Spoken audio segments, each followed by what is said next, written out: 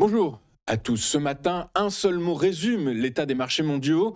Fragilité. Fragilité des prix de l'énergie, fragilité des approvisionnements, fragilité des banques centrales face à un choc qu'elles ne peuvent pas absorber seules. Depuis le début de la guerre en Iran, l'économie mondiale est entrée dans un régime d'incertitude structurelle. Et ce qui frappe, c'est la vitesse. En 3 semaines, le Brent a gagné 50%, le détroit d'Ormuz est quasi fermé, le Qatar, premier exportateur mondial de GNL, gaz naturel liquéfié, a subi des dommages qui prendront des années à réparer. Les banques centrales européennes qui s'apprêtaient à baisser leurs taux se retrouvent aujourd'hui paralysées entre inflation qui repart et croissance qui ralentit. Mais la fragilité dont nous parlons ce matin n'est pas née avec la guerre, elle préexistait. L'économie américaine se dégradait déjà avant le premier tir. Les bilans bancaires s'allégeaient déjà de leur coussin de sécurité. Les marchés sous-évaluaient déjà la prime de risque géopolitique. La guerre en Iran n'a pas créé ces vulnérabilités, elle les a révélées brutalement, simultanément. Ce matin, dans le live, on vous propose de lire ensemble ce tableau des scénarios de prix de Saudi Aramco aux décisions des banques centrales, des bilans bancaires américains aux indicateurs avancés, parce que chaque signal éclaire les autres et que comprendre la mécanique, c'est déjà se préparer à ce qui vient. Les modélisateurs de Saudi Aramco travaillent d'arrache-pied et ce qu'ils voient les inquiète. Leur scénario de base est brutal. Si les perturbations persistent jusqu'à fin avril, le baril de Brent pourrait dépasser $180. Wood Mackenzie va même plus loin, $200 ne sont pas à exclure. Les chiffres donnent le vertige. Depuis le début du conflit, le 28 février dernier, les prix ont déjà bondi de 50%. Le Brent a frôlé les $119 hier. Les contrats sur le brut omanais, référence physique du Golfe, ont dépassé les $166 et les trajectoires semblent s'emballer. 138, $140 la semaine prochaine, 150 puis 165 et 180 dans les semaines suivantes selon les modélisateurs d'Aramco si le détroit d'Ormuz reste fermé. Or ce détroit, vous le savez désormais, c'est 20% des expéditions mondiales de pétrole. Le bloquer, c'est asphyxier l'économie mondiale par le coût de l'énergie. Les conséquences en cascade sont déjà visibles. Aux États-Unis, l'essence atteint $3,88 le gallon contre $2,93 il y a un mois. Le diesel s'envole à $5,10, frappant directement les chaînes logistiques. Au-delà de $150 le baril, les analystes anticipent une destruction franche de la demande. Télétravail, révision des projets de vacances, ralentissement industriel. Paradoxalement, l'Arabie Saoudite elle-même redoute ces niveaux. Des prix trop élevés accélèrent la transition énergétique, déclenchent une récession et tuent la demande à long terme. Pour Riyad, une flambée incontrôlée n'est pas une aubaine, c'est une menace existentielle. Et Jérôme Powell l'a dit clairement mercredi dernier, le choc pétrolier pèsera sur les dépenses, l'emploi et alimentera l'inflation. La stagflation n'est plus un scénario théorique, c'est le scénario du pire selon Aramco. Mais ce matin, les marchés semblent vouloir pourtant y croire un peu.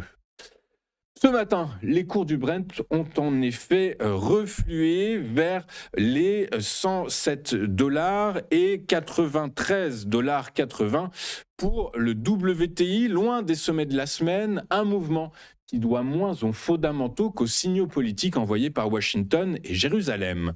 Trump promet de ne pas envoyer de troupes. Netanyahou jure, lui, de ne plus viser les infrastructures énergétiques iraniennes. Les marchés respirent, mais sans y croire vraiment. Derrière cette accalmie, la mécanique reste déréglée. Le Brent, encore une fois, je vous le rappelle, a gagné près de 50% depuis le début du conflit et la quasi-fermeture d'Ormuz a provoqué la plus grande perte d'approvisionnement de l'histoire moderne, de l'ordre de 8 à 10 millions de barils par jour selon les estimations de l'AIE. En Europe, les contrats TTF néerlandais sur le gaz ont presque doublé par rapport au niveau d'avant-guerre, preuve que le choc énergétique est désormais global. L'écart d'environ $13 entre Brent et WTI illustre l'arsenal américain. Vente massive de réserves stratégiques pour contenir les prix domestiques au prix d'une dette énergétique future puisqu'il faudra reconstituer ces stocks plus tard à des niveaux de prix incertains. Soulagement tactique, mais pas réponse structurelle. À Washington, Les lignes bougent. Le secrétaire au Trésor américain Scott Bessent évoque la levée partielle des sanctions sur le pétrole iranien, une option capable de remettre sur le marché plus d'1 million de barils par jour, mais qui impliquerait un tournant diplomatique majeur vis-à-vis de Téhéran. Tant que les infrastructures du Golfe restent sous tension et qu'Ormuz demeure fermé, la seule certitude est la volatilité. Le prochain mouvement de prix viendra moins d'un trade que d'une frappe. Ce reflux reste pourtant fragile et pour cause, les dégâts physiques, eux, sont bien réels. Au Qatar, les chiffres donnent même le tournis. Le choc est considérable. Les frappes iraniennes contre les installations de Ras Laffan ont mis hors service 17% de la capacité d'exportation de GNL du Qatar, soit une perte de revenus estimée à 20 milliards de dollars par an. Concrètement, 2 trains de liquéfaction sur 14 sont endommagés, entraînant une interruption de 12,8 millions de tonnes de GNL par an pendant 3 à 5 ans. Mais les répercussions vont bien au-delà du gaz. Les exportations de condensats reculent de 24%, celles de GPL de 13%, la production d'hélium de 14%. Autrement dit, ce n'est plus un choc sectoriel isolé, c'est une perturbation systémique de toute la chaîne d'approvisionnement énergétique mondiale. Et cela se traduit immédiatement par une décision lourde de conséquences. Qatar Energy va en effet invoquer la force majeure sur des contrats à long terme avec l'Italie, la Belgique, la Corée du Sud et la Chine. En clair, les engagements contractuels sont suspendus. Les acheteurs européens et asiatiques devront trouver des volumes de remplacement dans un marché déjà sous tension. Or, pour l'Europe, le timing est particulièrement brutal. Le continent avait réussi, non sans effort, à diversifier ses approvisionnements. Après la rupture avec la Russie, le Qatar était devenu l'un de ses fournisseurs stratégiques de substitution. Cette nouvelle disruption rouvre donc une vulnérabilité que Bruxelles croyait en partie résolue. À cela s'ajoute une dimension financière transatlantique. ExxonMobil est partenaire à hauteur de 30 à 34% dans les 2 trains endommagés. Le choc se répercutera ainsi sur les comptes d'un major américain et par ricochet sur les marchés. Sur les marchés, Kabi l'a dit sans détour, la production ne reprendra que si les hostilités cessent. Ce n'est plus une prévision économique, c'est un constat d'impuissance face à une variable que nul acteur de marché ne maîtrise. Ce choc énergétique ne se limite pas aux infrastructures du Golfe, il traverse les bilans, les régulateurs et rebat les cartes jusqu'à Washington. La Réserve fédérale américaine a justement choisi ce moment pour tourner une page historique. La Réserve fédérale américaine tourne une page historique avec cette refonte des exigences de fonds propres. C'est toute l'ère de la rigueur prudentielle post-2008 qui se referme. Concrètement, les grandes banques américaines pourront désormais détenir en moyenne 2,4% de capital en moins, soit 20 milliards de dollars libérés. Et si l'on ajoute les assouplissements déjà actés sur les stress tests, le gain grimpe à 4,8%. Les banques intermédiaires et les petites structures récupèrent, elles, respectivement 3 et 7,8% de marge supplémentaire. L'argument officiel, c'est la compétitivité. Ramener dans le circuit bancaire le crédit capté depuis 15 ans par le shadow banking. La logique est défendable, sauf que ces acteurs alternatifs montrent justement leur fragilité aujourd'hui, avec des investisseurs bloqués aux sorties par des plafonds de rachat trimestriels.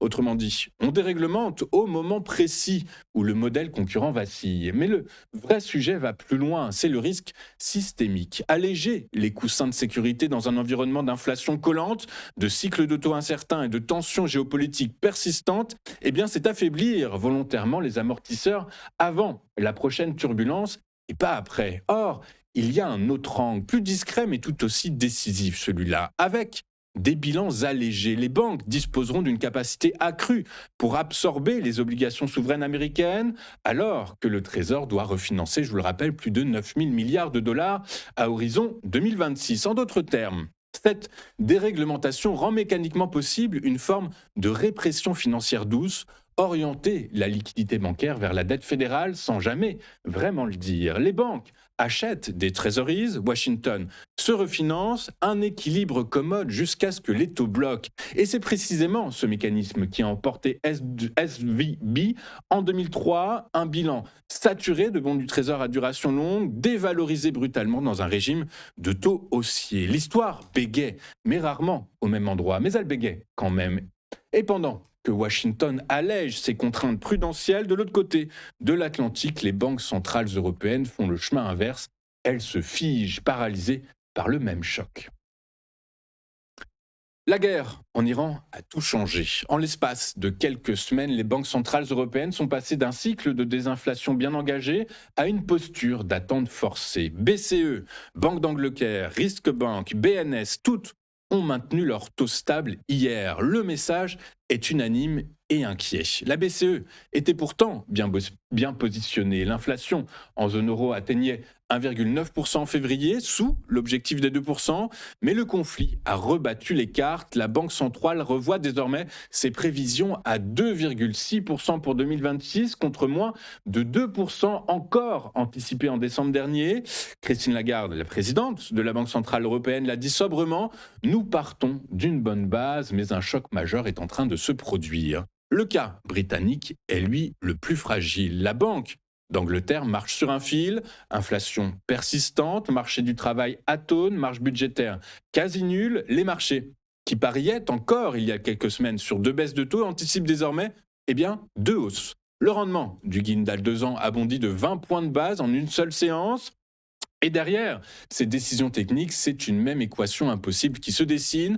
Un choc d'offres énergétiques est par nature stagflationniste, c'est-à-dire qu'il tire l'inflation vers le haut et la croissance vers le bas, et ce, simultanément. Les banques centrales n'ont pas d'outils propres pour absorber les deux à la fois. La Risk Bank l'a dit clairement, 2 scénarios alternatifs sont sur la table. La BNS, la Banque nationale suisse, elle, brandit la menace d'intervention sur le franc. Chacune, à sa manière, signale la même chose. La guerre en Iran n'est plus un risque périphérique. Elle est devenue la variable centrale de la politique monétaire européenne. Et parmi donc, ces banques centrales en difficulté, l'une est dans une position particulièrement inconfortable. La Banque nationale suisse doit gérer le choc énergétique et en même temps contenir une monnaie qui monte trop vite. La Banque nationale suisse est donc dans une position profondément inconfortable. Hier, elle a maintenu son taux directeur à 0%, mais c'est un autre signal qui a retenu l'attention des marchés, sa volonté accrue d'intervenir sur le marché des changes pour freiner l'appréciation du franc suisse. La logique est limpide, valeur refuge par excellence, le franc suisse s'est mécaniquement renforcé avec la volatilité engendrée par la guerre en Iran. Or, un franc suisse fort, c'est une pression déflationniste supplémentaire dans une économie où l'inflation atteint déjà à peine 0,1%. Revenir au taux négatif, impopulaire et douloureux, constituerait peut-être l'autre option. Mais la BNS préfère l'intervention directe sur le change, c'est-à-dire vendre des francs, acheter des devises étrangères pour tenter de stabiliser son cours. Or, le problème, c'est que cette intervention a un coût politique considérable. Washington surveille. Les États-Unis ont déjà inscrit la Suisse sur leur liste de surveillance des manipulateurs de devises et lui ont imposé des droits de douane à 39%, en partie au titre de la manipulation monétaire. Intervenir sur le change, c'est donc prendre le risque d'une nouvelle escalade commerciale avec la Maison-Blanche, et ce, au pire moment. Martin Schlegel, le président de la BNS, s'est défendu hier. Les interventions visent la stabilité des prix, pas un avantage concurrentiel pour les exportateurs. Argument recevable sur le plan technique, mais politiquement, la distinction risque de ne pas convaincre Washington. La BNS marche sur un fil et la corde se resserre. Et cette pression sur le franc suisse illustre quelque chose de plus large. Dans un monde sous tension, les économies les plus exposées sont celles qui abordaient déjà le choc en position de faiblesse. Et c'est précisément le cas des États-Unis, où les indicateurs avancés se dégradaient avant même que la guerre ne commence.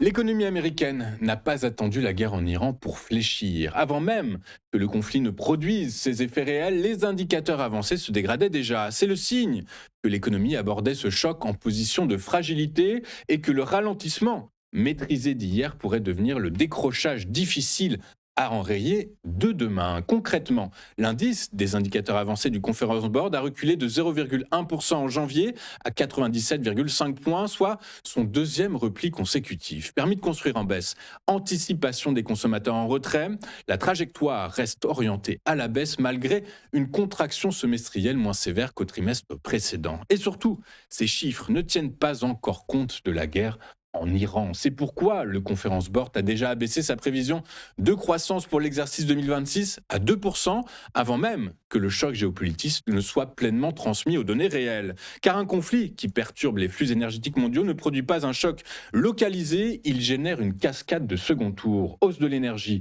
compression des marges, érosion du pouvoir d'achat, recul de l'investissement. La Fed se retrouve alors dans une position intenable. Elle devrait assouplir face au ralentissement, mais si la guerre maintient l'inflation collante, tout pivot devient alors dangereux. C'est le scénario stagflationniste que les marchés redoutent le plus. Les indicateurs avancés voient venir le retournement. Ce qu'ils voient ressemble moins à un accro conjoncturel qu'au début d'un réajustement structurel.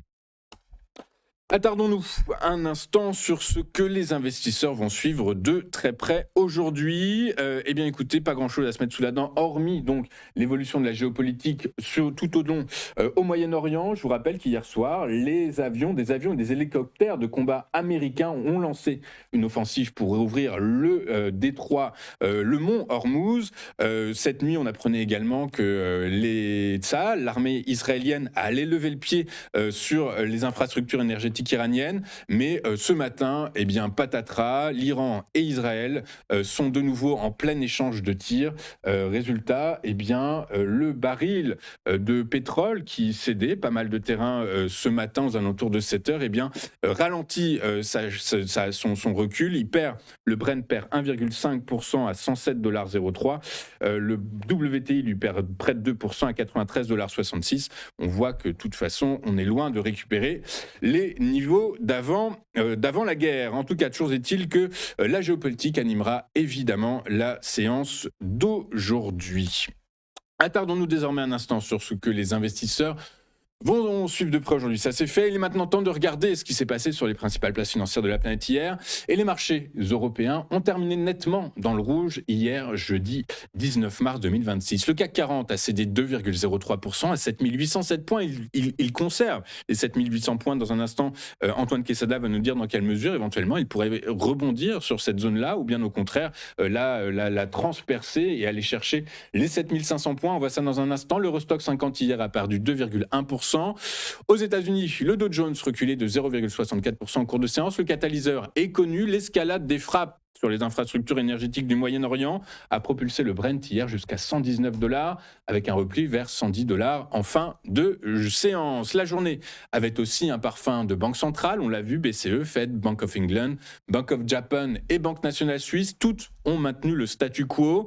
Des taux restés stables, donc, mais qui masquent un changement de ton profond. Prévision d'inflation relevée, perspective de croissance abaissée, hypothèse de resserrement qui refait surface. Bref, on a vu tout ça dans nos actus, mais les banques centrales ont revu leur discours et leur paradigme d'avant-guerre. Bref, l'équation est stagflationniste et les marchés l'ont bien compris. L'Europe a donc montré la voie hier et Wall Street a suivi, les indices américains ayant terminé la séance dans le rouge, entraînés par la même contagion du choc pétrolier. Le Dow Jones en fin de séance a cédé 0,44%, le S&P 500 et le Nasdaq 0,28% chacun, des replis plus modérés qu'en Europe, mais qui masquent une séance marquée par une extrême volatilité. Le catalyseur est identique des deux côtés de l'Atlantique, les frappes sur les infrastructures énergétiques du Golfe et notamment les dégâts considérables subis par le site GNL du Qatar ont ravivé les craintes inflationnistes. Les analystes le résument de cette façon: les prix de l'énergie sont la seule boussole des marchés. Et la journée d'hier l'a une fois de plus confirmé. Sur le marché obligataire, le rendement du 10 ans américain a oscillé entre 4,24 et 4,32%, reflet direct de la tension entre risque inflationniste et espoir de désescalade. Les déclarations de Netanyahou en fin de séance évoquant une guerre qui finira plus tôt que prévu ont offert un léger soulagement aux indices, mais je vous l'expliquais il y a un instant, Iran et Israël sont de nouveau en train de s'envoyer des missiles les uns sur les autres. Quant au marché de l'énergie, ils ont été violemment, mais très violemment secoués hier.